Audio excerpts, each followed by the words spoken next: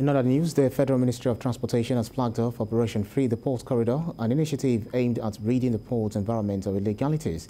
The Port Standing Task Team has been mandated to tackle the alarming level of corruption going on along the port access roads, which has played a major role in the malignant traffic gridlock along that corridor. TVC News correspondent Ifunaya Eze reports. There are no fewer than 26 illegal checkpoints between the Apapa Port Corridor and CFAX Bonded Terminal, Ijora, a distance of less than 2 kilometers. To address some of these issues, participants at this flag-off ceremony of the Port Standing Task Team acknowledged that too many anomalies prevail along the port corridor. Indeed, the port corridors are not free.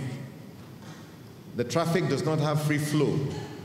The shanties are not freeing spaces for conducive business environment, and the unnecessary checkpoints obviously do not make for an atmosphere free of extortion and other forms of corrupt practices. The key thing is that we have to treat this thing holistically.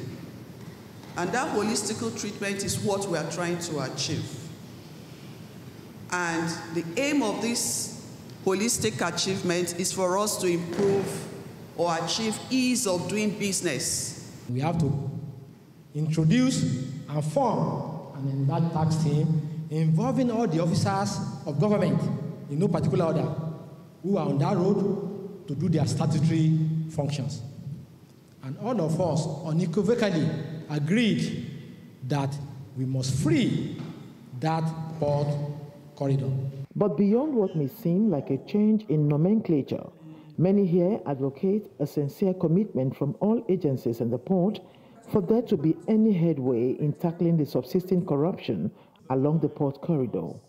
Ecomog, Camboys, Kelebe, whatever names you are calling them, they are standing for the agencies that they have mentioned earlier, and nobody is exempted. These boys are not on their own. They are enjoying backup from whoever they are enjoying the backup from.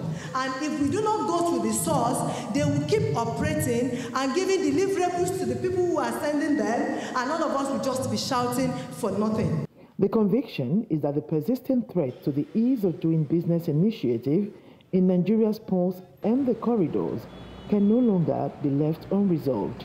We have a monitoring and regulatory division which I'm going now to head. It would be a key take back from this meeting, and I want to assure you that management had over the time been looking at getting this port to the desired international standard. We cannot afford to be left behind in the Committee of Maritime Nations.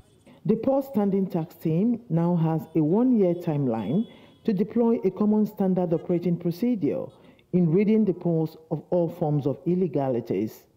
Ifunaya Eze, TVC News, Lagos.